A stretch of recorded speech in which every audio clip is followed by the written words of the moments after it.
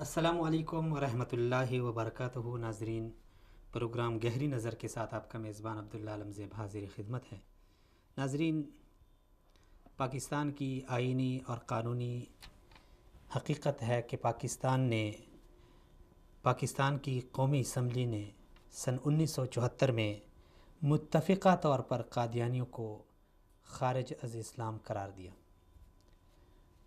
شریعت کی روح سے تو روز اول سے یہ غیر مسلم تھے، لیکن پاکستان کے آئین نے بھی اس چیز کو ثابت کیا، اس بل کو پاس کیا اور قومی اسمبلی میں یہ بل پاس ہوا تو مسلمانان پاکستان کے دلوں کی یہ آواز تھی جس کے اوپر فیصلہ کیا گیا۔ لیکن صرف اسی پہ بات رکی نہیں، بلکہ یہ لابی اپنے مذموم مقاصد کی تکمیل کے لیے اور اپنے تبلیغ کے لیے یہ ہر ایک جگہ پہ سرگرم عمل رہے۔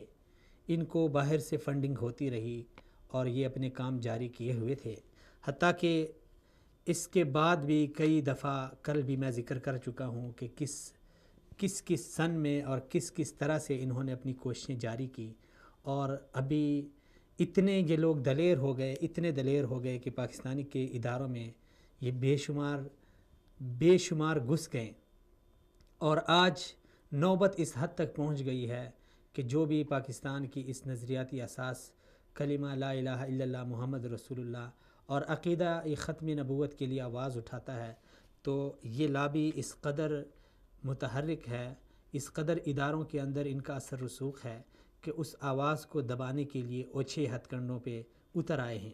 کبھی پاسبانانی ختم نبوت کو دھمکیاں مل رہی ہیں تو کبھی انہیں بے گناہ اور ناکردہ جرائم کی پاداش میں اٹھایا جا رہا ہے، انہیں ٹارچر سیلوں میں رکھ کر انہیں اذیت دی جاتی ہے، انہیں دھمکیاں دی جاتی ہے، جان سے مار ڈالنے کی دھمکیاں دی جاتی ہیں، انہیں غائب کرنے کی دھمکیاں دی جاتی ہیں۔ آخر یہ کس زمانے میں ہم آ گئے اور کتنے ہم بے حس ہو گئے کہ ہمارے عقیدے کے اوپر ڈاکہ ڈالا جا رہا ہے اور ہم بالکل خاموش تماشائی بنے ہوئے ہیں۔ کیا پاکستان کے اس نظریاتی اساس کے لیے آواز اٹھانا یہ آئینی طور پر جرم ہے، قانونی طور پر جرم ہے؟ اگر نہیں ہے تو پھر کیوں ایسا ہے کہ ایسے لوگوں کو جو پاکستان کی سالمیت، پاکستانی آئین اور قانون کی سالمیت کے لیے آواز اٹھاتے ہیں تو انہیں دبایا جاتا ہے؟ آج اسی حوالے سے ہم بات کریں گے۔ بات کرنے کے لیے ہمارے ساتھ اسٹوڈیو میں تشریف فرما ہیں نوجوان تجزیہ کار، معروف کالم نگار جناب غلام نبی مدنی صاحب۔ بہت شکریہ مدنی صاحب، سلامت رہیں۔ مدنی صاحب، ہماری ایک نظریاتی اساس اور ہمارے پاکستانی قانون اور آئین کا یہ متفقہ فیصلہ، لیکن بڑے افسوس کے ساتھ کہ جو لوگ اس اپنے نظریاتی اساس کے لیے قانون کے اس شق اور قانون کے اس فیصلے پر عمل درآمد کرتے ہوئے آواز اٹھاتے ہیں تو اس کو آواز کو دبا دیا جاتا ہے۔ کتنا بڑا سوالیہ نشان ہے ہمارے اداروں پر، ہمارے اس ریاست پر، ہمارے قومی المیہ ہے ہمارے لیے۔ جی، بسم اللہ الرحمن الرحیم۔ اللہم صلی علی محمد وعلی آل محمد کما صلیت علی ابراہیم وعلی آل ابراہیم انک حمید مجید۔ اعوذ باللہ من الشیطان الرجیم۔ ما کان محمد ابا احد من رجالکم ولکن رسول اللہ وخاتم النبیین وکان اللہ بکل شیء علیما۔ بالکل اس میں کوئی دو رائے نہیں ہے کہ مسلمانوں کے لیے عقیدہ ختم نبوت اور ختم نبوت کی حفاظت کے لیے ہر مسلمان کو اپنا کردار ادا کرنا اور اسی طرح مسلمانوں کا رسول اکرم صلی اللہ علیہ وسلم سے عشق اور رسول اکرم صلی اللہ علیہ وسلم کی ذات کے لیے اپنی جانوں کا، اپنے مال کا، اپنی اولاد کا، ہر چیز کو قربان کرنے کا جذبہ، اور اسی طرح رسول اکرم صلی اللہ علیہ وسلم کے لائے ہوئے دین کی حفاظت کے لیے اپنی ذمہ داریوں کو ادا کرنا اور اس کے لیے درد مندی سے اس کے لیے دل کے اندر ایک احساس رکھنا، یہ روز اول سے اسلام کی آمد سے لے کر آج تک ہر مسلمان کے دلوں کے اندر اس طرح یہ جذبہ اور یہ ایمان اور یہ غیرت اس طرح دھڑکتی ہے جس کی کسی بھی مذہب میں، کسی بھی دنیا کے کہیں پر بھی، اسلام کے علاوہ کہیں پر بھی کوئی مثال پیش نہیں کی جا سکتی۔ رسول اکرم صلی اللہ علیہ وسلم کے دور میں کتنی جنگیں ہوئیں، بڑی بڑی جنگیں ہوئیں، جنگ بدر ہوئی، جنگ احد ہوئی، جنگ خندق ہوئی، جنگ تبوک ہوئی، جنگ حنین ہوئی، اور فتح مکہ کے موقع پر کس قدر، اور اس زمانے میں کس قدر یہ ایک عجیب جو اس زمانے کی جو جنگ تھی وہ ہوئی فتح مکہ میں. آپ صلی اللہ علیہ وسلم کس طرح فتح مکہ میں داخل ہوئے. صلح حدیبیہ کے وقت رسول اکرم صلی اللہ علیہ وسلم نے کس طرح مسلمانوں نے، صحابہ کرام نے کس طرح خود کو مظلوم ایک طرح سے پیش کر کے ان سے صلح کی. یہ ساری کی ساری جنگیں، جنگ بدر میں مسلمان شہید ہوئے، 313 لوگ، 313 کے اس فوج کے ساتھ جنگ بدر میں صحابہ کرام نے شرکت کی، اور جنگ احد میں صحابہ کرام شہید ہوئے. یہ سب کے سب ان تمام جنگوں کے اندر اتنے صحابہ کرام شہید نہیں ہوئے، اتنے مسلمان شہید نہیں ہوئے جتنے مسلمان صرف ایک جنگ یمامہ میں 1200 کے قریب مسلمان صحابہ کرام، تابعین کرام جنگ یمامہ میں شہید ہوئے. اور کس وجہ سے شہید ہوئے، انہوں نے اس جنگ میں کس وجہ سے شرکت کی؟ وہ صرف ایک نظریہ تھا، ایک بنیاد تھی اس کے شہید ہونے کی، جن میں 700 کے قریب جو ہے وہ صحابہ کرام تھے، وہ جو حفاظ تھے، بڑے بڑے صحابہ کرام جو حافظ قرآن تھے، وہ جنگ یمامہ میں صرف ایک نظریے کی بنیاد پر اور ایک ہی جذبے سے شہید ہوئے کہ رسول اکرم صلی اللہ علیہ وسلم خاتم النبیین ہیں، آپ کے بعد کوئی نبی نہیں ہے. جو مسلمہ کذاب ہو، اسود انسی ہو، جو کوئی بھی دعویٰ کرتا ہو ختم نبوت کے خلاف اور اپنے آپ کو خاتم النبیین کہتا ہو اور آپ صلی اللہ علیہ وسلم کی نبوت پر ڈاکہ ڈالتا ہو، وہ غلط ہے. اور اس سلسلے میں صحابہ اکرام کی بے شمار مثالیں ملتی ہیں. ابو مسلم خولانی کا جذبہ دیکھیں کہ ان کو آگ میں ڈالا گیا، یمن کے رہنے والے تھے. ان کو اسود انسی نے کہا کہ تم میری نبوت کو مانو، مجھے کہو کہ میں آخری نبی ہوں، لیکن انہوں نے انکار کیا. بہت بڑی آگ دہکائی گئی، اس میں ڈالا گیا، لیکن اللہ تعالیٰ نے جس طرح حضرت ابراہیم علیہ السلام کو آگ سے سالم رکھا، سلامتی بخشی، ان کی زندگی کی حفاظت فرمائی، اسی طرح ابو مسلم خولانی کی بھی حفاظت فرمائی. جب وہ اسود انسی جیسا جس نے ختم نبوت پر ڈاکہ ڈالا تھا، اس نے جب یہ دیکھا تو وہ خود ان پر ہیبت طاری ہو گئی. انہوں نے کہا کہ ہم ان کا مقابلہ نہیں کر سکتے، اس سے پہلے کہ ہمارے پیروکار جو ہیں وہ ہم سے بدزن ہو جائیں، ہم ان کو دربدر کر دیں. تو ابو مسلم خولانی کو لے لیتے ہیں. جی السلام علیکم ورحمۃ اللہ. جی کون صاحب؟ اوریہ صاحب، عبداللہ علمزیب عرض کر رہا ہوں. جی سر، تھوڑی سی 5 منٹ کی گفتگو آپ کی بہت ضروری ہے ختم نبوت کے مسئلے کے حوالے سے. سر، جس نے میڈیا پہ سب سے پہلے تو اس مسئلے پہ آواز نہیں اٹھائی گئی، اور جنہوں نے آواز اٹھائی ان میں سر فہرست آپ ہیں. جب آپ نے آواز اٹھائی تو آپ کے اوپر کیس کیا گیا، آپ کو یعنی عدالتوں میں پیش کیا گیا، اور اس کے بعد وصال اردو نے جب آواز اٹھائی تو اس کو بھی نشانے پہ بنایا گیا. سر، آپ کیا سمجھتے ہیں کہ ہم کس طرف جا رہے ہیں؟ یعنی کس قدر لوگ جری ہو گئے ہیں کہ جو اس نظریے کے لیے آواز اٹھاتا ہے تو اس کو دبا دیا جاتا ہے؟ دیکھیے، بنیادی طور پر اس وقت پوری دنیا جو ہے جی وہ قادیانیت کے ساتھ کھڑی ہے. یعنی آپ سوچ نہیں سکتے کہ ان کو ایک مظلوم کمیونٹی بنا کے پیش کیا جا رہا ہے. جی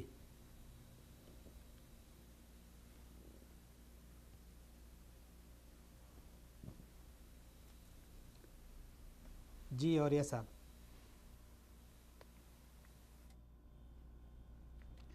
چلیں مجھے صاحب، ان کی کال ڈراپ ہو گئی ہے دوبارہ سے. جی میں بات کر رہا تھا ابو مسلم خولانی کی کہ جب ان کو ایک ختم نبوت پر ڈاکہ ڈالنے والے ظالم آدمی نے آگ میں ڈالا تو وہ زندہ رہے، بعد میں ان کو یمن سے دربدر کر دیا تو وہ ہجرت کر کے مدینہ منورہ تشریف لائے. جی اوریہ صاحب، السلام علیکم. ہاں، تو وہ میں کہہ رہا تھا کہ اصل میں پاکستان کی جو حکومت ہے، جی نواز شریف کی جو حکومت تھی، یہ گزشتہ 2 سالوں سے اس کا ایک رویہ تھا کہ وہ چاہ رہے تھے کہ ایگزیکٹلی وہ اس طرح کی ترمیم کی جائے جیسے 1981 کے اندر ایک جان دھوکے سے ترمیم کی گئی تھی. تو اب اس کے صورتحال کے اندر ان قادیانیوں کو پاکستان کے اندر بہت زیادہ جسے کہتے ہیں مختلف لوگوں پہ ہیومن رائٹس کے نام پہ کام کرتے ہیں یہ لوگ. پھر اس کے بعد جو ہے مختلف قسم کی این جی اوز کے تھرو کام کرتے ہیں، اور پھر اس کو جو ویسٹرن لابی جو ہے ان کو قادیانی نہیں بنا کے پیش کرتی ہے، ان کو بنیادی طور پر ہیومن رائٹ ایکٹیوسٹ بنا کے پیش کرتی ہے اور مظلوم کمیونٹی کے طور پہ لیتی ہے. ان کا تمام جو ہمارا جو ایجوکیشن سسٹم ہے اس کے اندر بھی انفیوز ہو چکے ہیں. یہی وجہ ہے کہ ان کے جو بھی ان کے خلاف آواز اٹھاتا ہے اس کو یا تو عدالتوں میں گھسیٹتے ہیں یا پھر ان کو مسنگ پرسنس کے اندر شامل کر لیا جاتا ہے، ان کو شدت کا نشانہ بھی بنایا. اب مجھے لگتا یہی ہے کہ یہ جو کچھ دنوں کے اندر جو ایک تحریک بلڈ اپ ہو رہی ہے اس تحریک سے یہ خوف کہ وہ تحریک جو ہے وہ مکمل طور پر ان کی حکومت کو لے بیٹھے. تو اب یہ تحریک سر کب اٹھے گی اور کیا یہ تحریک اتنی براور ثابت ہوگی؟ مجھے لگتا یہ ہے کہ جی بہت بڑا دیکھیں ان کے میں نے ایم پیز ہیں وہ خوف زدہ ہیں. یہ جو خصوصاً یہ جو غیر محمد تھا یہ اپنے علاقے میں چاہ نہیں سکتا. لوگوں کی رسول اکرم صلی اللہ علیہ وسلم کی ناموس کے ساتھ ایک محبت وابستہ ہے اور اس محبت جو ہے اس کو ان کو اندازہ ہے, اسی لیے وہ آوازوں کو دبانا چاہتے ہیں. مجھے نہیں لگتا یہ 20 تاریخ کو جو دھرنا ہے ان کا ریاضی صاحب کا اور اس کے بعد جو باقی چیزیں یہ اکٹھی ایسی تحریک بنے گی کہ حکومت چلے گئے. تو سر جن لوگوں کو اٹھایا گیا ہے قانون نافذ کرنے والے اداروں نے, تو اس پہ تو ہمارے اداروں پہ بہت بڑے سوالیہ نشان ہیں. جس طرح اس دن زینب قتل کیس میں جس کو یعنی افسر جس تفتیشی افسر جس کو بنایا گیا تھا اس کے اوپر بھی اعتراض اٹھایا اس نے, زینب کے والد نے. تو اس طرح ہمارے اداروں میں جب یہ لوگ اس طرح اندر گھس جائیں گے اور ہمیں اس طرح اٹھاتے رہیں گے تو آپ کیا سمجھتے ہیں کہ مستقبل میں کیا یعنی؟ دیکھیں یہ جو اٹھایا گیا ہے میری اطلاع یہ ہے کہ پنجاب گورنمنٹ اور سی ٹی ڈی اور آئی بی کے لوگوں نے اٹھایا ہے اور یہ وہ جو ان کو بہانہ کسی ٹیررزم کا کرتے ہیں اور ان کو تشدد کر کے واپس بھیج رہے ہیں. یہ صورتحال ہے, کچھ لوگ مسنگ پرسن بھی ہیں. لیکن ایک بات طے ہے جس وقت یہ صورتحال آپ کا بلڈنگوں کا طریقہ آپ جانا ہے اس کا افغانستان سے بھی ایک پاکستان سے بھی, اور جس وقت یہ صورتحال طرح کی بدی اور عوام کا راج و غربہ خود چھوڑنا پڑے گا. اور یہ ذوالفقار بھٹو اپنے عروج پہ تھا پاپولرٹی کے, وہ یہ چیز نہیں زبان سکا, اس کو ترمیم کرنی پڑی. یہ تو نامقبولیت کے عروج پہ ہیں. یہ تو ان کے خلاف سے پاکستان کا بچہ ہے, یہ کیسے یہ کر سکتے ہیں؟ انشاءاللہ بہت بہتر ہو جائے. چلیں جی, اور ایسا بہت شکریہ, سلامت رہیں. جی غلام نبی صاحب. جی میں بات کر رہا تھا کہ ابو مسلم خولانی صحابہ کرام کے دور میں عقیدہ ختم نبوت کے تحفظ کے لیے صحابہ کرام کے اندر کس قدر جذبہ تھا رسول اکرم صلی اللہ علیہ وسلم کی ختم نبوت کی حفاظت کے لیے. اسود انسی نے جب ان کو ڈالا تو وہ مدینہ منورہ ہجرت کر کے آئے تو وہاں حضرت ابوبکر صدیق رضی اللہ تعالیٰ عنہ خوش ہوئے کہ اللہ تعالیٰ نے مجھے ایک ایسے شخص کو دکھا دیا ہے اس امت میں کہ جس کے ساتھ اللہ تعالیٰ نے حضرت ابراہیم علیہ السلام جیسا شفقت والا اور معجزے والا معاملہ فرمایا. تو صحابہ کرام کے دور میں رسول اکرم صلی اللہ علیہ وسلم کی ذات کی حفاظت, آپ صلی اللہ علیہ وسلم کی ختم نبوت کی حفاظت کے لیے جو قربانیاں دی گئیں اس کی نظیر آج تک کہیں نہیں ملتی ہے. یہی وہ جذبہ تھا جو صحابہ کرام کے دور میں تھا, جو صحابہ کرام سے مسلمانوں نے سیکھا, اور آج 1400 سال بعد وہی جذبہ باقی ہے. اب ہر دور کے اندر ہوا یہ کہ ختم نبوت کے دشمن سامنے آتے رہے, ختم نبوت کے خلاف اپنے پروپیگنڈے کرتے رہے. آپ نے دیکھا آخری دور میں بر صغیر کے اندر, انڈیا کے اندر مرزا قادیانی اٹھا, اس نے خود اقرار کیا کہ 1857 کی جنگ آزادی میں جب مسلمانوں نے انڈیا, بر صغیر اور متحدہ ہندوستان کے مسلمانوں نے برطانوی سامراج سے آزادی کے لیے ایک تاریخی جنگ لڑی 1857 میں, اس جنگ میں مرزا قادیانی خود اپنی کتاب میں لکھتا ہے کہ میرے والد نے برطانوی سامراج کو 50 گھوڑے دیے تاکہ وہ مسلمان مجاہدین کو وہ ذبح کرے. تو ان کے تو پھر یہی وہ شخص تھا جو کہتا ہے کہ میں نے تقریباً اس قدر نظریہ جہاد اور نظریہ آزادی کے خلاف, ہندوستان میں جو لوگ آزادی کی جنگ لڑ رہے تھے ان کے خلاف میں نے اس قدر لٹریچر لکھا, اس قدر کتابچے اور کتابیں لکھی کہ اگر ان کو 50 الماریوں میں بھی رکھ کے بھرا جائے تب بھی وہ الماریاں کم پڑ جائیں. تو یہ وہ شخص تھا, یہ اپنی کتاب تریاق القلوب میں یہ بات کہتا ہے. آوازیں روز اول سے صحابہ کرام کے دور سے آج تک اٹھتی رہی ہے. اگر اس کی ڈیٹیل میں بہت ساری تحریکیں بھی اٹھی, ان کی سازشیں بھی بے نقاب ہوتی رہی. اس پہ اگر ہم بات کریں تو بات بہت لمبی ہو جائے گی. ہم ابھی مختصراً آتے ہیں اپنے یعنی اس مدعا کی طرف کہ ابھی جو حالیہ صورتحال ہے پاکستان میں, جس سے اوریہ صاحب نے کہا کہ یہ لوگ جب بھٹو کا دور, جب وہ مقبولیت کے عروج پہ تھے اس وقت یہ کچھ نہیں کر سکے, تو اب بھی کچھ نہیں کر سکتے. لیکن سوال یہ ہے کہ ہمارے اداروں کے اندر اس قدر یہ لوگ جری ہو گئے, ایک اقلیت ہو کر یہ ایک اکثریت کو دبانے. جی میں نے یہ بیک گراؤنڈ اس لیے بیان کیا کہ یہ لوگ کون ہیں. اب اس کے بعد میں ذرا اپنی بات کو مکمل کر کے پھر اس اپنے مدعا پر اور اس موضوع پر بھی آتا ہوں کہ اس کے بعد ہوا یہ کہ پاکستان کے اندر جب پاکستان بنا تو یہ لوگ آئے اور سرکاری اداروں میں گھسے اور بڑے بڑے عہدوں پر وزیر خارجہ رہا, دنیا ہر بندہ جانتا ہے, اور پاکستان کی دیگر اداروں میں بھی گئے, بڑے بڑے عہدوں پر رہے. خیر 1974 میں پاکستان نے ان کو آئین کے تحت متفقہ طور پر پوری اسمبلی نے ان کو قادیانیوں کو غیر مسلم ڈکلیئر کر دیا. اب اسی طرح پھر اب یہ غیر مسلم ڈکلیئر کرنے کا مطلب یہ نہیں ہے کہ ہر بندہ اٹھ کے قادیانیوں کو مارنا شروع کر دے، نہیں، کسی نے نہیں کہا، کسی نے نہیں کہا، بلکہ قادیانیوں کو ایک اقلیت قرار دے کر ان کے جو حقوق ہیں ایز اے پاکستانی وہ ان کو دیے گئے. پھر جب وہ اپنی سازشوں سے باز نہیں آئے تو صدارتی آرڈیننس جو ہے وہ پاس ہوا 84 میں. اس 84 کے آرڈیننس میں بھی یہ کہا گیا کہ یہ مسلمانوں کو چونکہ دھوکہ دیتے ہیں اپنے دھوکے سے باز رہیں، اگر کریں گے تو ان پر یہ شکیں لاگو ہوں گی. اب اس سارے تناظر میں قادیانیوں کے اوپر کوئی ظلم نہیں ہوا، پاکستانیوں نے کوئی ظلم نہیں کیا اور کسی کو جان بوجھ کر قادیانیوں کو نہیں مارا، بلکہ قادیانیوں کی طرف سے مسلمانوں پر، پاکستانیوں پر ظلم ہوا. ربوہ اسٹیشن کے اندر طلباء کو زندہ جلایا گیا اور زندہ ان پر حملہ کیا گیا. 1953 کی تحریک میں براہ راست ان پر گولیاں چلائی گئیں. تو یہ سارا ایک وہ پس منظر ہے، ایک سارا ایک وہ منظرنامہ ہے کہ جس میں قادیانیوں کا چہرہ جو ہے پاکستانیوں کے سامنے آیا. اب ہوا یہ کہ قادیانیوں کو اب شکوہ یہ ہے، ان کو جو مروڑ ہے ان کے دلوں میں وہ یہ ہے کہ ہمیں 74 کے آئین میں کیوں کافر یا غیر مسلم ڈکلیئر کیا گیا، کیوں ہمارے خلاف جو ہے صدارتی آرڈیننس 84 میں پاس ہوا. اب اس کے لیے وہ اپنے مختلف ہیلے بہانے کرتے رہے اور اس قدر وہ پاورفل ہو گئے کہ وہ ان دو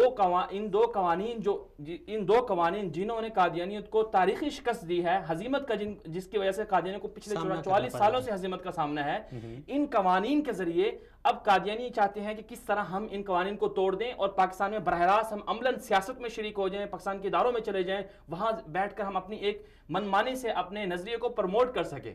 اس کے لیے وہ کوششیں کرتے رہے. اب ہوا یہ کہ یہی کوششیں مختلف ادوار میں ہوتی رہیں. پچھلے 2 مہینے پہلے اکتوبر 2017 میں جب پوری قوم کے سامنے ایک معاملہ آیا کہ ختم نبوت حلف نامے میں ترمیم ہوئی اور اس سازش کو پہلے تو اقرار نہیں کیا گیا، مانا نہیں گیا، پھر کہا جی غلطی ہوئی ہے، پھر بعد میں کمیٹی بنی، رپورٹیں ہوئی، فیض آباد دھرنا ہوا، بہت کچھ نقصان ہوا، تاریخی ایک مظاہرہ ہوا، قوم متحرک ہو گئی، قوم نے کہا کہ واقعی ختم نبوت پر کوئی کمپرومائز نہیں ہو سکتا. اب اس دوران اب ختم نبوت کے لیے کام کرنے والے، ختم نبوت تو ہر مسلمان کے ایمان کا حصہ ہے، ہر بندے کے ایمان کا جز ہے. اب وہ اس کے لیے مر بھی جائے گا، کٹ بھی جائے گا، تو اس کی حفاظت اس نے کرنی ہے. اب اس کے لیے ہوا یہ کہ جو منصف مزاج لوگ تھے، جو عقیدت جن کے اندر زیادہ جذبہ تھا، انہوں نے اپنے طور پر آوازیں اٹھائیں. اسی دوران وصال اردو نے بھی اپنی ایک آواز اٹھائی، قوم کے سامنے ایک مدعا رکھا، دیانتداری کے ساتھ قوم کے سامنے مسئلہ ختم نبوت کو رکھا اور اس کے ساتھ ساتھ قادیانیوں کو بتایا کہ قادیانی کہاں کہاں سرگرم ہے، اور یہ بھی کہا کہ ختم نبوت حلف نامے میں جو ترمیم ہوئی ہے، جس طرح دیگر میڈیا چینلوں پر دیگر صحافیوں نے یہ بات اٹھائی کہ وہ اس میں سازش کے تحت ایسا ہوا، سازش کے تحت یہ کوئی نہ کوئی چال تھی اس کے پیچھے، جس کا بعد میں اقرار بھی کیا گیا. اب اس میں وصال اردو نے جو مسلم لیگ نون کے سینیٹر راجہ ظفر الحق صاحب ہیں، ان کو سب سے پہلے میڈیا میں کسی نے ان کو نہیں بلایا، سب سے پہلے وصال اردو کی ایک آویش تھی کہ وصال اردو نے انہیں انوائٹ کیا، ان سے پوچھا کہ آپ کو جب وہ پورا معاملہ ہوا تو اس میں میاں صاحب نے ان کو 3 رکنی کمیٹی کا سربراہ بنایا تھا، تو ایز اے سربراہ ہم نے ان کو انوائٹ کیا، وصال اردو والوں نے، ان سے پوچھا کہ کیا واقعی اس ختم نبوت میں جان بوجھ کر ہوا ہے یا غلطی ہو گئی ہے.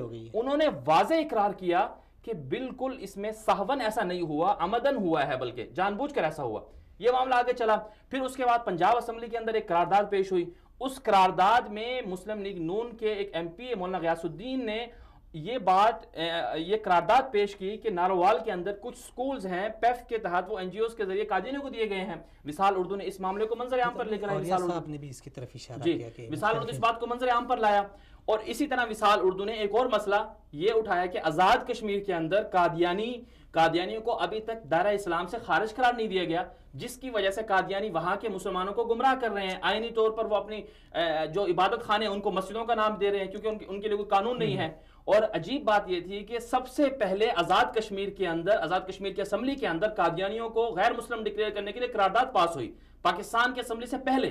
تو وصال اردو نے آزاد کشمیر کے اندر مسئلہ ختم نبوت کی حفاظت کے لیے ایک قرارداد اور ایک آواز اٹھائی اور قادیانیوں کی سرگرمیوں کو روکنے کے لیے ایک آواز اٹھائی. یہ ایک جرم بنا. اور اسی طرح پاکستان کے کچھ ایسے سرکاری ادارے ہیں جن کے اندر وصال اردو نے اپنی طرف سے بات نہیں کی، بلکہ پاکستان کے اسمبلی کے اندر مسلم لیگ نون ہی کے رکن کیپٹن صفدر نے آواز اٹھائی کہ پاکستان کے اداروں میں قادیانی ہیں، فلاں جگہ قادیانی ہیں. جب انہوں نے بات اٹھائی تو وصال اردو نے بھی کہا کہ لوگ یہ آوازیں اٹھا رہے ہیں تاکہ ان کی وضاحت ہو جائے. اس معاملے کو اٹھایا. جب یہ ساری چیزیں سامنے آئیں، پچھلے 2 مہینے پہلے کی بات ہے، جب ساری چیزیں سامنے آئیں تو اس پر جو قادیانی لابی ہے، قادیانی لوگ ہیں، ان کو مروڑ ہوئی, ان کے دلوں, ان کے پیٹ میں ان کو جلن ہوئی کہ کیوں اس معاملے کو میڈیا کی سطح پر عوام کے سامنے لایا جا رہا ہے. اب تک بات مخفی تھی, اب ظاہر ہو گئی. جی, اب ظاہر ہو گئی. تو اب اس میں بتایا یہ جائے, ہم پوچھنا یہ چاہتے ہیں کہ قصور کہاں ہے؟ کیا پاکستانیوں کا نظریہ نہیں ہے؟ کیا آئین پاکستان نے قادیانیوں کو غیر مسلم قرار نہیں دیا؟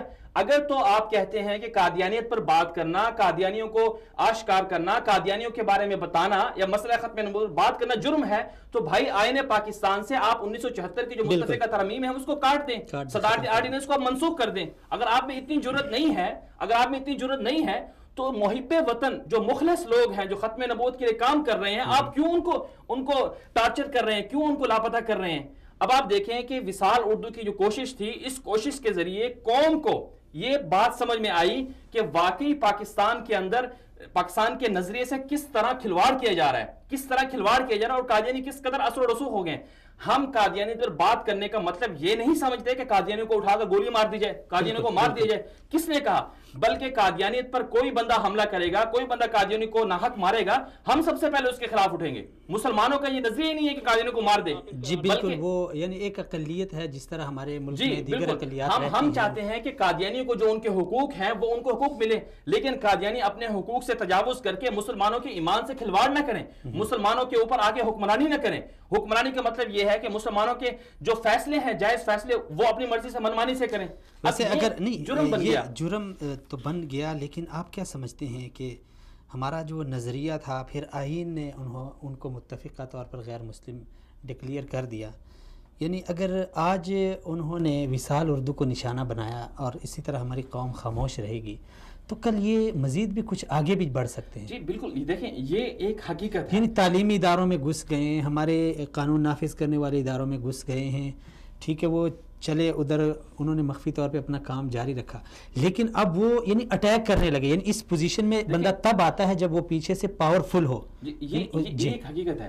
دیکھیں, ہم جیسے میں نے ابھی کہا کہ ہم قادیانیوں کے بطور قادیانی ہونے پر ان کے خلاف نہیں ہیں, ٹھیک ہے, ہم یہ نہیں کہتے کہ قادیانیوں کو تم مار دو, یہ بات واضح ہے. اور ہم اس بات کی بھی خلاف نہیں ہیں کہ جی قادیانی پاکستان کی گورنمنٹ میں جاب نہیں کر سکتے, سرکاری اداروں میں جا کے اپنی وہ نوکری نہیں کر سکتے, ہم اس بات کے خلاف نہیں ہیں, ٹھیک ہے, کر سکتے ہیں. لیکن ہم یہ کہتے ہیں کہ بھائی ایک قادیانی کو آپ اسلامیت پڑھانے کے لیے بھرتی کر رہے ہیں, یہ کس وجہ سے آپ کر رہے ہیں؟ وہ قادیانی مسلمانوں کے بچوں کو اسلامیت کیوں پڑھائے؟ ہم اس بات کے خلاف ہیں. اور وہ قادیانی جو جج بنے اور اسلامی فیصلے کرے, اسلامی قانون کے مطابق وہ چیزوں کو چھیڑے, ہم اس بات کے خلاف ہیں.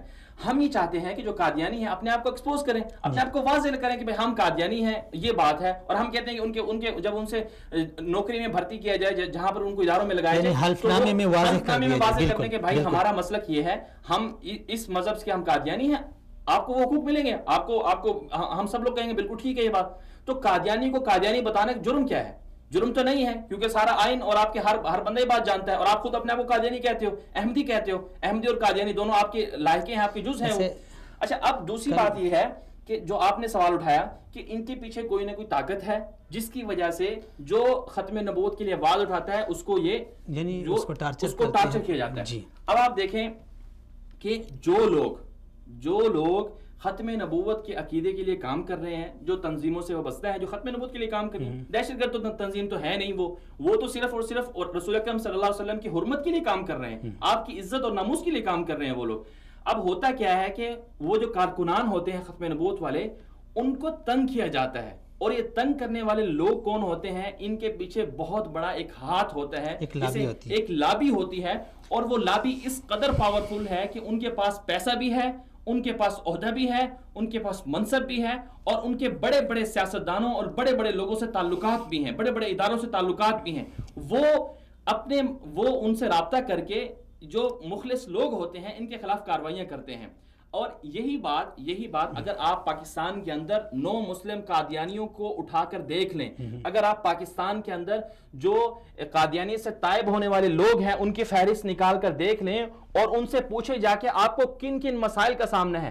ایسے لوگ ہیں جو قادیانیت سے تائب ہو کر مسلمان ہوئے, ان کو قتل کر دیا گیا, ان کے بچوں کو یتیم کر دیا گیا, عورتوں کو بیوہ کر دیا گیا, اور اب تک ان پر ظلم و ستم جاری ہے. لیکن آج تک کسی نے ان کے حقوق کے لیے بات نہیں کی کہ جو نو مسلم قادیانی ہوتے ہیں ان کو تحفظ فراہم کیا جائے, بلکہ باقاعدہ جو اپنے کیا کہتے ہیں یہ پنجاب کے وزیر اعلیٰ خادم جو وزیر اعلیٰ ہیں شہباز شریف صاحب، ان کو ایسے لوگوں نے لیٹر لکھے ہیں کہ ہمیں تحفظ فراہم کیا جائے کہ پنجاب میں ہم لوگ، ہمارے والدین جو ہیں وہ قادیانی سے تائب ہو کر مسلمان ہوئے ہیں، ان کو قتل کیا گیا ہے، دوسروں کو ڈرایا جا رہا ہے جی۔ اب یہ وہ سلسلہ ہے، یہ وہ حقائق ہیں جنہیں ہم جھٹلا نہیں سکتے۔ اب ہوا یہ کہ جیسے میں نے ہم سے پہلے بھی کہا کہ وصال اردو ایک مذہبی چینل ہے، ایک دینی اور نظریاتی چینل ہے، مطلب اصلاحی، اور اس کا مقصد کیا ہے، اس کا منشور کیا ہے؟ منشور یہ ہے کہ نظریہ پاکستان کی حفاظت کی جائے، پاکستان کا دفاع کیا جائے، پاکستان کے نظریاتی اور سرحدی دشمنوں سے پاکستان کو بے نقاب کیا جائے، اور عوام کے لیے جو مسائل ہیں، عوام کی جو اصلاح کے لیے جو موضوعات ہوتے ہیں ان کو سامنے لایا جائے۔ تو اب سوال یہ ہے کہ اگر کوئی بندہ وصال اردو کے پروگرام میں آ کر، ہم ایکسپرٹوں کو بلاتے ہیں، ہمارے پاس سیاستدان بھی آتے ہیں، جرنیل بھی آتے ہیں، سارے لوگ ہمارے ساتھ آتے ہیں، اب اگر ہم ان کو بلا کر ختم نبوت پر بات کرواتے ہیں، اگر ہم ان کو بلا کر قادیانیت کی جو مذموم یا خفیہ سرگرمیاں ہیں، ہم ان کے حوالے سے ان سے سوالات کرتے ہیں اور پوچھتے ہیں کہ لوگ کیسے ختم نبوت کے کام ادا کر سکتے ہیں، یہ تو ایک طرح سے غلام نبی صاحب ایک طرح سے اظہار یعنی رائے کی اس کے اوپر بھی پابندی ہے کہ آپ بات بھی نہیں کر سکتے، یعنی کس ایک جمہوری ملک میں ہیں، ہم آزاد ملک میں ہیں، ایک نظریاتی اور اسلامی ملک میں ہیں، ہم قانون کی بات کریں، اپنے رائے کا اظہار کریں، تب بھی ہم مجرم ٹھہرائیں۔ دیکھیں یہ تو اب دیکھیں افسوسناک بات بہت یہ ہی ہے افسوسناک کہ آج پاکستان جو ایک اسلامی نظریے کے بنیاد پر بنا تھا، اس کے اندر سیکولرزم کا پرچار کرنا تو جرم نہیں ہے، لبرلزم کا پرچار کرنا تو جرم نہیں ہے۔ اگر آپ میوزیکلی جو اسلام کے خلاف، جو اسلام کی نظریاتی حدود کے خلاف کوئی چیزیں ہیں ان کو پروموٹ کرتے ہیں، وہ خلاف نہیں ہے۔ ہم جنس پرستی کو لوگ پروموٹ کر رہے ہیں ان کے خلاف نہیں ہیں، اور کتنی چیزیں اسلام کے خلاف ہو رہی ہیں ان کو بیان کیا جائے تو کسی چینل پر اب دیکھیں جو ہمارے چینلوں پر جو ڈرامے فلمیں دکھائی جاتی ہیں، ملک کو توڑنے کی باتیں کی جاتی ہیں، وہ مجرم نہیں، ہاں ملک کو توڑنے والے جو ملک کے خزانے لوٹے جاتے ہیں وہ مجرم نہیں ہوتے، یعنی ملک کو بیچنے والے ہوتے ہیں، ملک کی بیٹیاں بیچنے والے ہوتے ہیں، ملک میں قتل عام اپنی سیاست کے لیے قتل عام کرتے ہیں، وہ مجرم نہیں ہے۔ لیکن مجرم وہ بندہ ہے جو پاکستان کی حفاظت کی بات کرے، پاکستان کے نظریے کی حفاظت کی بات کرے، وہ مجرم ہو جاتا ہے۔ اب چلیں آگے ایک بریک لیتے ہیں، اس کے بعد بات آگے بڑھتے ہیں۔ ناظرین ہمارے ساتھ رہیں، ایک بریک لیتے ہیں، بریک کے بعد ایک مہمان بھی ہمارے ساتھ ہوں گے، اور اس ٹاپک پہ ہم مزید آپ ناظرین کے ساتھ اپنے یعنی خیالات کا اظہار کریں گے، اور وصال اردو کے وہ جرائم، جن جرائم کے بنا پر وصال اردو کو نشانہ بنایا جا رہا ہے، لیکن جس طرح اولیاء صاحب نے کہا کہ جب یہ لابی، جب بھٹو صاحب اپنے دور کے مقبول ترین لیڈر تھے، آج بھی انہیں یعنی لوگ سیاست میں ایک بہت بڑا لیڈر سمجھتے ہیں، جب وہ پاکستان کے مسلمانوں کے جذبات کو یعنی کنٹرول نہیں کر سکے اس حوالے سے، تو چاہے کہ نواز شریف ہو یا عمران خان ہو یا زرداری صاحب ہوں، کوئی بھی یعنی کہیں سے بھی ان کو پیسے ملے، کہیں سے بھی ان کو فنڈنگ ہو جائے، کہیں سے بھی ان کو سپورٹ ہو جائے، چاہے وہ قادیانی کسی حد تک بھی چلے جائیں، لیکن یہ ایک بات یاد رکھی جائے کہ پاکستان اور پاکستان ایک نظریاتی ملک ہیں، اور پاکستانی ایک نظریاتی قوم ہے، اور پاکستانی، میں پہلے بھی عرض کر چکا ہوں کہ سب کچھ کے اوپر کمپرومائز ہو سکتا ہے، ہم سیاستدانوں کی کرپشن بھی معاف کریں گے، ان کی غداری بھی معاف کریں گے، لیکن عقیدہ ختم نبوت پر کوئی کمپرومائز نہیں ہے۔ اس کے لیے پاکستانی اپنا تن من دن سب کچھ قربان کرنے کے لیے تیار ہیں۔ ہمارے ساتھ رہیں، بریک کے بعد دوبارہ سے آپ ناظرین کے ساتھ ملتے ہیں، ایک چھوٹی سی بریک۔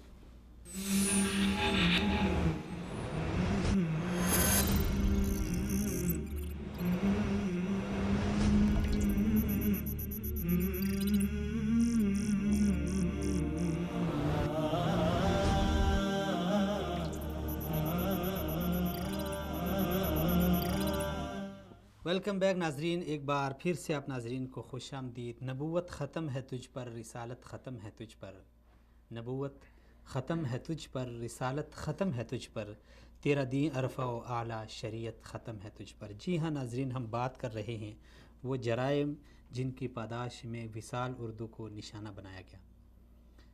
وہ جرائم بڑے عجیب اور بڑے یعنی عجیب و غریب ہیں کہ ملک پاکستان کے اداروں کی کارکردگی ہم دیکھیں، عدالتوں کی دیکھیں تو ہم مایوس ہو جاتے ہیں، سیاستدانوں سے تو ہم ویسے بھی مایوس ہیں۔ ایک ادارہ ہے ہمارا پاک آرمی کا، اس سے امیدیں وابستہ ہیں، ایک عدلیہ کا ہمارے جو عدالتیں ہیں ان سے امیدیں وابستہ تھی، لیکن ہم دیکھ رہے ہیں کہ ملک میں گنگا بالکل ہی الٹی بہہ رہی ہے۔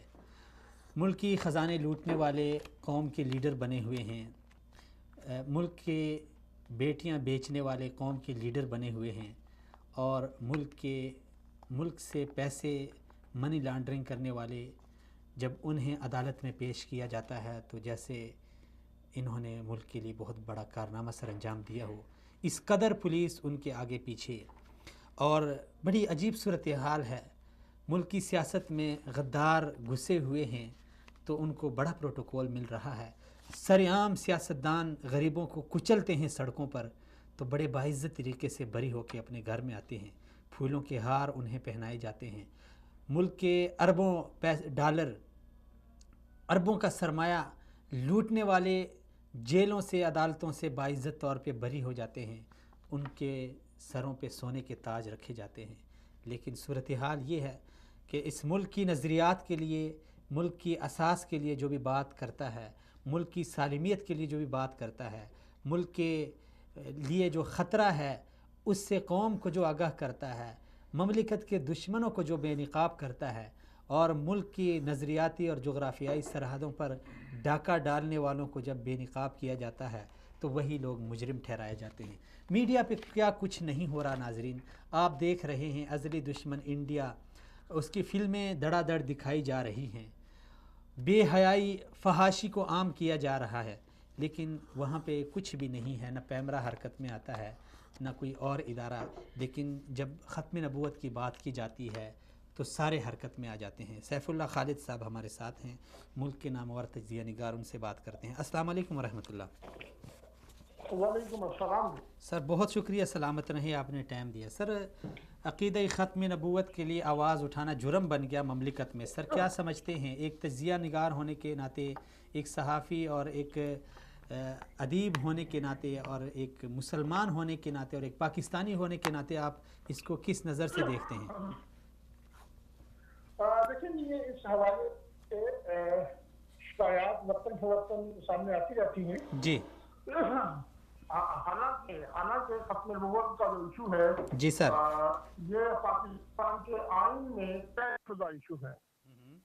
دنیا کے صرف 2 ممالک ہیں جن کے ہاں قانونی اور آئینی طور پر معاملات طے شدہ ہے، اور پاکستان اور سعودی عرب کہ ختم نبوت کے حوالے سے بات کرنا، ختم نبوت کے خلاف بات کرنا، وہ ہمارا آئین کہتا ہے کہ کفر ہے جی، اور اس کے لیے ہماری مسلمانوں نے برصغیر پاک و ہند کے مسلمانوں نے 150 سال جدوجہد کی ہے، اور اس کی 150 سال کی جدوجہد میں انہوں نے جانیں قربان کی ہے، خون اپنا پیش کیا ہے، جی، کسی کی جان و مال کو نقصان نہیں پہنچایا۔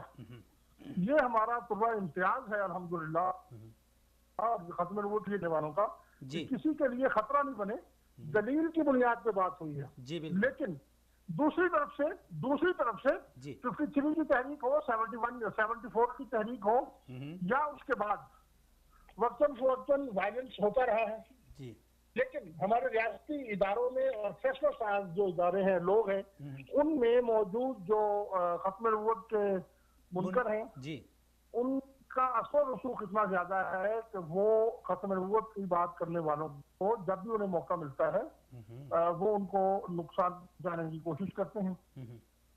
اور خصوصاً ہمارے میاں شہباز شریف صاحب کی حکومت جب سے پنجاب میں ہے تو یہ عمل کچھ زیادہ بڑھ گیا ہے۔ ابھی چند 2 سال پہلے کی بات ہے کہ باقاعدہ دفتروں پہ چھاپے پڑے اور آئین پاکستان کی جو متعلقہ شک کی فوٹو وہ جو کیلنڈر تھے ان پہ بھی پرچے ہوئے۔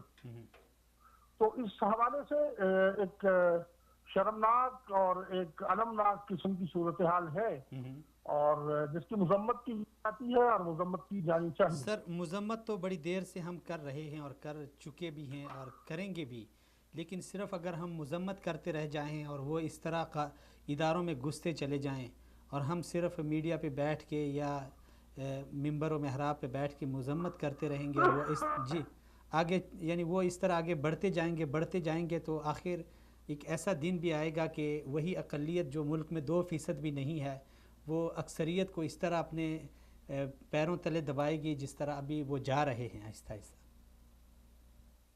دیکھیں اس حوالے سے میں بہت واضح بات کروں گا، یہ میری رائے نہیں ہے، بلکہ میں الحمدللہ دعوے سے کہتا ہوں کہ یہ پاکستان میں ختم نبوت کے لیے کام کرنے والے تمام لوگوں کی رائے ہے۔ میں ان کی بات نہیں کر رہا جنہوں نے پچھلے دنوں پاکستان میں ختم نبوت کے نام کی آڑ میں کچھ سیاسی مقاصد کے لیے گالی گلوچ کو رواج دیا، ان کی بات نہیں میں کر رہا، میں سنجیدہ فکر لوگوں کی بات کر رہا ہوں۔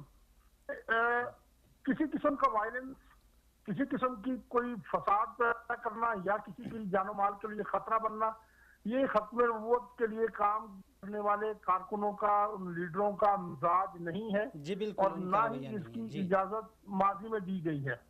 ہاں، اس لیے ہم آئین اور قانون کے دائرے میں، ہمیں آئین پاکستان ہمیں سپورٹ کرتا ہے، پاکستان کے قوانین ہمیں سپورٹ کرتے ہیں، تو تھوڑا مشکل ہے، تھوڑا صبر آزما ہے، لیکن ہمیں آئین اور قانون کے دائرے میں رہ کے ہی اخلاقی دباؤ بڑھانا ہے، اور آپ اس اخلاقی دباؤ کو کمزور یا کم نہ سمجھیں۔ وہ اخلاقی دباؤ اتنا تگڑا اور طاقتور ہے کہ جب امریکہ کی طرف سے قانون توہین رسالت کو تبدیل کرنے کا حکم آتا ہے تو وہ اخلاقی دباؤ ہماری حکومت کو کھڑا ہونے سے مجبور کر دیتا ہے، حالانکہ ہماری حکومتیں ہمیشہ سے وہ رہی ہیں جن کی ریڑھ کھڑی نہیں ہو سکتی۔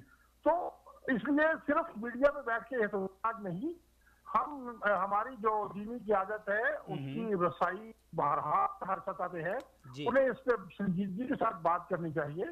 جیسے میں مثال دوں گا، آپ نے ایک نادر شاہی حکم جاری کیا تھا کہ تعلیمی ادارے قادیانیوں کے حوالے کر دیے جائیں جو 71 میں قومی آئے گئے تھے، ٹھیک ہے جی، اور وہ حکم ایسا تھا، میں نے وہ پڑھا ہے، اس کو لکھا ہوا تھا فوری عمل کریں اور رپورٹ کریں، فوری عمل، جی ہاں، لیکن اس پہ ہمارے لوگ بولے، انہوں نے بات چیت کی، مولانا سمیلات تھے، مولانا ہمارے اللہ وسائر صاحب تھے، اور دیگر سارے، مولانا فضل الرحمان کا بھی اس میں کردار تھا، یہ سارے جو لوگ تھے، انہوں نے متعلقہ لوگوں سے بات چیت کی، اور تو وہ معاملہ الحمدللہ ٹلا، ابھی تک تو نہیں ان کے ہمارے کوئی چیز ہو سکی تھی۔ جی سیف اللہ صاحب یہ بتائیے، آپ سیاست میں ہو، صحافت میں ہو، جہاں بھی ہو، اپنا پازیٹیولی کردار ادا کریں۔ جی سیف اللہ صاحب یہ بتائیے گا کہ آپ جانتے ہیں وصال اردو کو اچھی طرح سے، وصال اردو پر ختم نبوت کے حوالے سے جو 2 مہینے پہلے جو ایک تحریک چلی تھی پاکستان کے اندر، ختم نبوت حلف نامے میں جو ترمیم ہوئی تھی، اس حوالے سے وصال اردو نے اپنا کردار ادا کیا، آپ بھی مختلف پروگراموں میں شرکت کرتے رہے، آپ بھی وصال اردو کو دیکھتے رہتے ہیں، تو اب معاملہ یہ یہاں تک پہنچ چکا ہے کہ وصال اردو پر کافی وصال اردو کو نشانہ بنایا جا رہا ہے، اور اس سے جو اس کے ساتھ جو ان کے پروگراموں کو، ان کی ڈاکومنٹریوں کو جو لوگ اپنے فیس بک اکاؤنٹس پر یا ٹویٹر وغیرہ پر یا آگے واٹس ایپ کے ذریعے لوگوں کو شیئر کرتے تھے، جو سوشل میڈیا پر وصال اردو کے کام کو سراہتے تھے، ان کو بھی لاپتہ کیا جا رہا ہے، ان کو اس نشانہ بنایا جا رہا ہے کہ آپ نے کیوں وصال اردو کی چیزوں کو آگے شیئر کیا، کیوں آپ اس کے ساتھ وہ تعلق رکھتے ہیں، کیوں محبت رکھتے ہیں، حالانکہ وصال اردو کوئی ایسی بات نہیں کر رہا جو پاکستان کے خلاف ہو، بلکہ وصال اردو تو ایک نظریے کی بات کر رہا ہے، ختم نبوت تو سارے مسلمانوں کے ایمان کا حصہ ہے، آئین کا حصہ ہے، تو اس کی بات کر رہا ہے، تو اس حوالے سے آپ کیا کہیں گے؟ دیکھیں جی، میں خود ختم نبوت کے حوالے سے میری ساری 26 سالہ جو صحافی زندگی ہے، میں نے اس پہ بہت لکھا ہے، لکھتا ہوں، یہ میرا اعزاز ہے، الحمدللہ اللہ نے مجھے توفیق دی ہے۔ ختم نبوت کے منکرین کی طرف سے جو دہشت گردی کی وارداتیں ہوئی ہیں ان کو ہم نے انعقاد بھی کیا، لیکن اللہ کا شکر ہے کہ آج تک کوئی ایسی سچویشن میرے ساتھ نہیں پیش آئی۔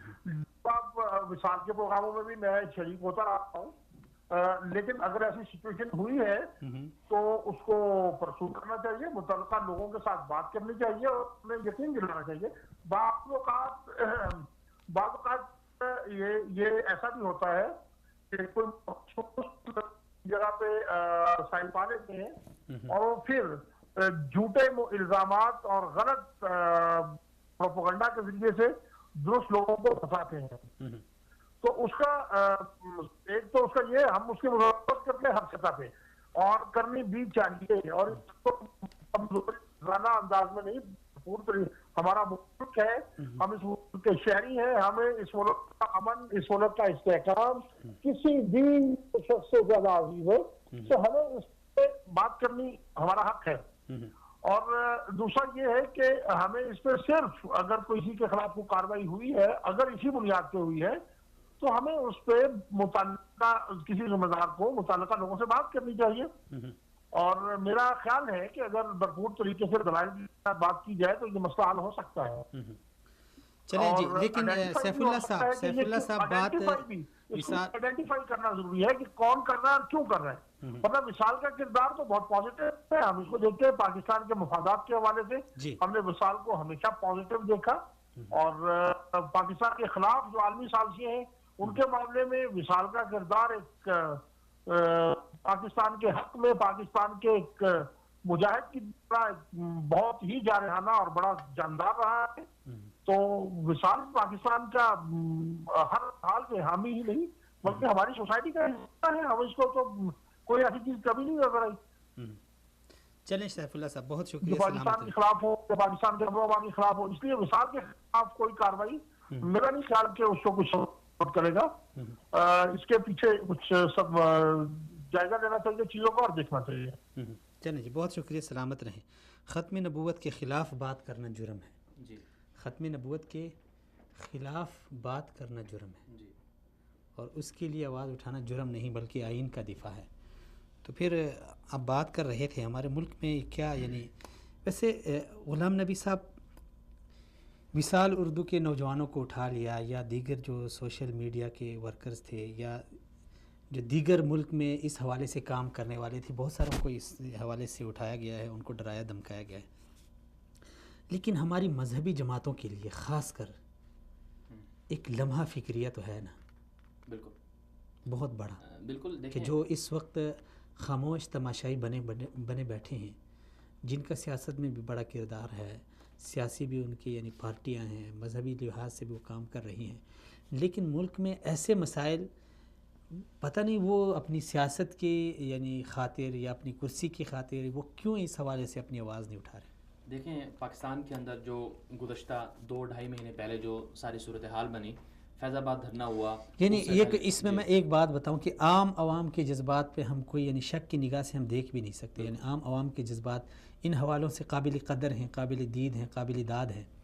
لیکن جو ہمارے لیڈرشپ ہے، کم از کم وہ اگر پارلیمنٹ میں ہیں، وہ سینٹ میں ہیں، اگر وہ قومی اسمبلی میں ہیں، صوبائی اسمبلی میں ہیں، اگر وہاں پہ وہ اپنی ایک مؤثر آواز اٹھائے، تو میں سمجھتا ہوں جس طرح ایک مولانا صاحب نے پنجاب میں ان کا سب کچھ کھول کے سامنے رکھ دیا پارلیمنٹ میں، ٹھیک ہے، تو اس طرح اگر سارے اپنا اپنا کردار ادا کریں تو آپ کیا سمجھتے ہیں اس سے؟ دیکھیں، پاکستان جو ہے نا، پاکستان کی معاشرہ اور پاکستان کی سوسائٹی اور پاکستان، پورے پاکستان کے اندر امن و امان اور امن پسندی اور سلامتی پاکستان کی، یہ ہر پاکستانی پاکستان کی شہریت رکھتا ہے، پاکستان سے جو پاکستان کا شہری ہے، ہر پاکستان کا یہ دل کرتا ہے، اس کی یہ خواہش ہے کہ پاکستان پر امن رہے، پاکستان آگے بڑھے، پاکستان ترقی کرے.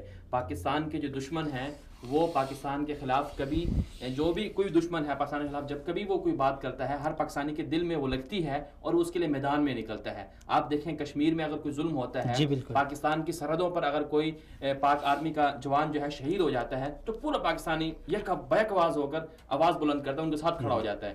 اب اگر افغانستان کی طرف سے ہمارے اوپر حملے ہوتے ہیں یا امریکہ ہم کو دھمکیاں دیتا ہے، پاکستان کو دھمکی دیتا ہے، ہر پاکستانی اس سلسلے میں آگے بڑھتا ہے، اپنا کردار ادا کرتا ہے. اور ہر بندے کی یہ خواہش ہے، چاہے وہ مذہبی ہو، چاہے وہ سیکولر ہو، چاہے وہ لبرل ہو، ہر پاکستانی پاکستان کی حفاظت اور امن و امان چاہتا ہے.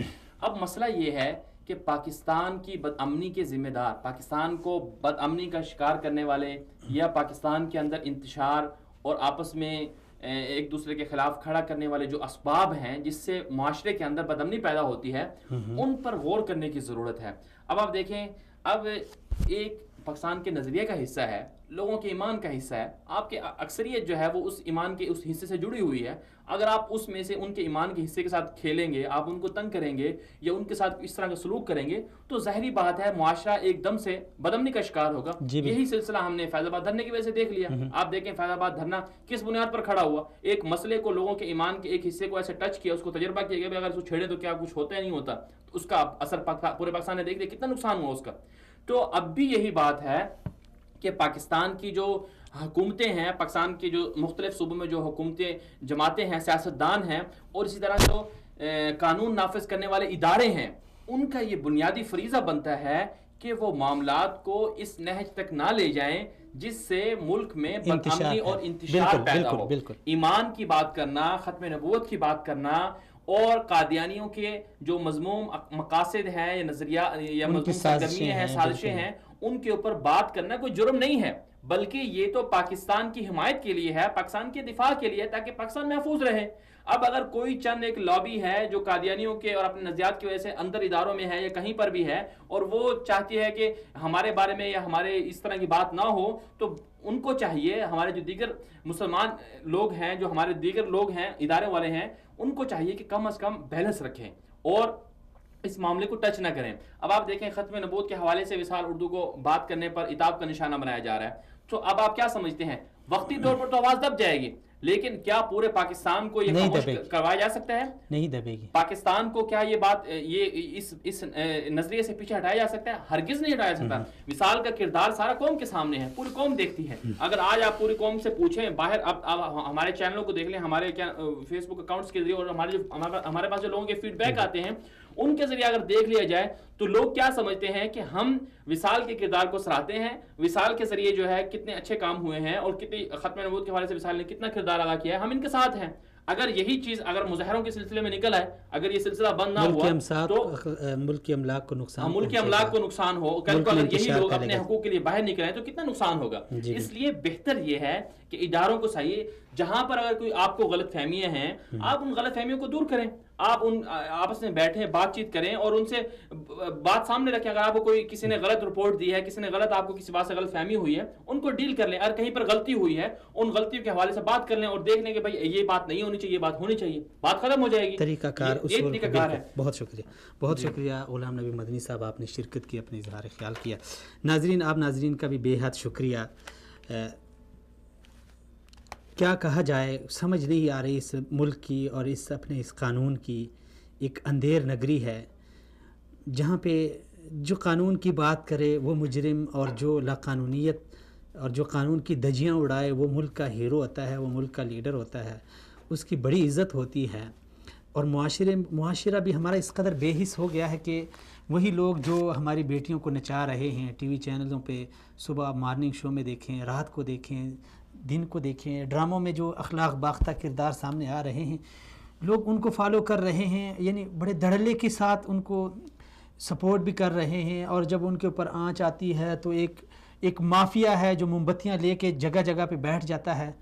سمجھ نہیں آ رہی ہماری یعنی قوم کی بے حسی ہے یا یعنی ناظرین، ایک ریاست جو ایک نظریے کی بنیاد پہ حاصل کی جائے، جب اس ریاست میں اس نظریے کا فقدان آپ کو نظر آ جائے تو آپ یوں سمجھے کہ وہ ریاست گئی، وہ ریاست اپنا وجود کھو دیتی ہے. آج پاکستان کی ریاست کا نظریہ، اس کی اساس ہی یہی ہے کہ لا الہ الا اللہ محمد رسول اللہ.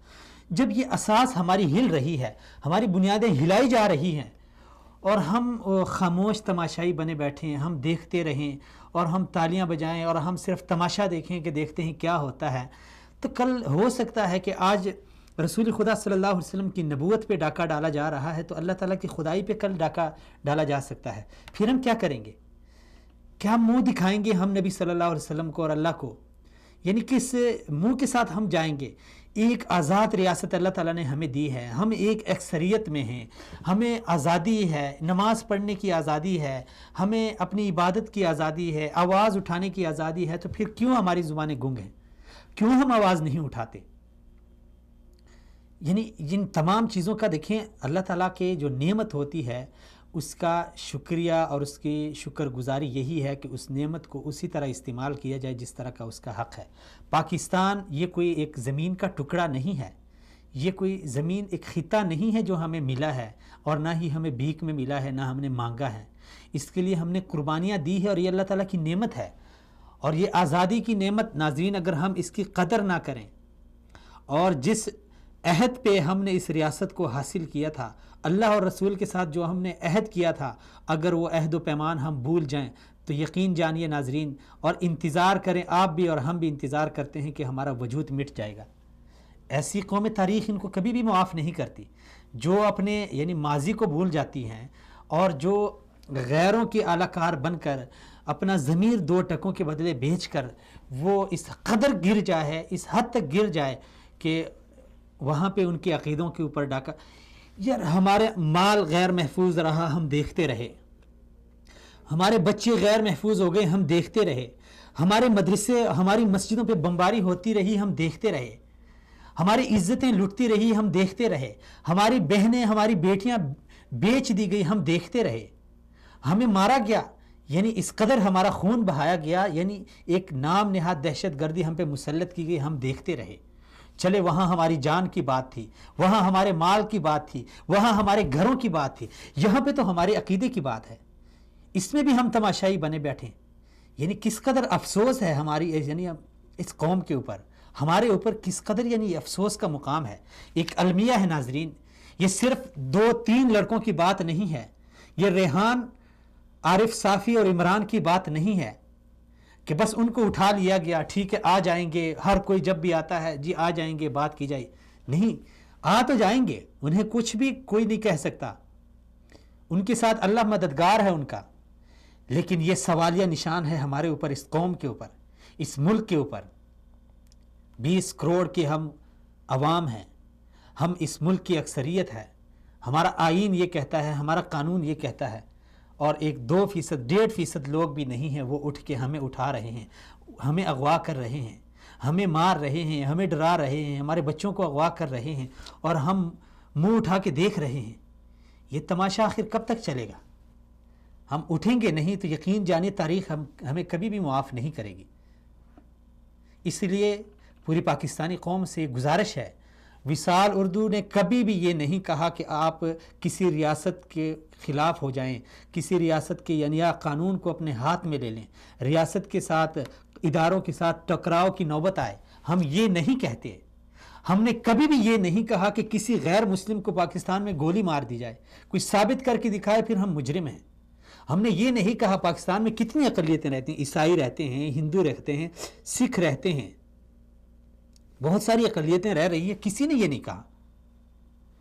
لیکن اقلیت بن کے رہے، بس یہی ہمارا مطالبہ ہے. وہ اسلام کا لبادہ اوڑھ کے لوگوں کو دھوکے میں نہ ڈالے. وہ ہمارے اسکولوں میں گھس کے بچوں کو اسلامیات پڑھائیں گے تو کیا پڑھائیں گے؟ ہم نے کبھی یہ نہیں کہا کہ قادیانیوں کو گولی مار دی جائے تو پھر ہم مجرم کیوں ہیں؟